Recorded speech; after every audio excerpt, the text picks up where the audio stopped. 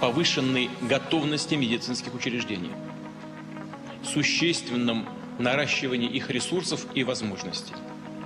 Сейчас это безусловный приоритет.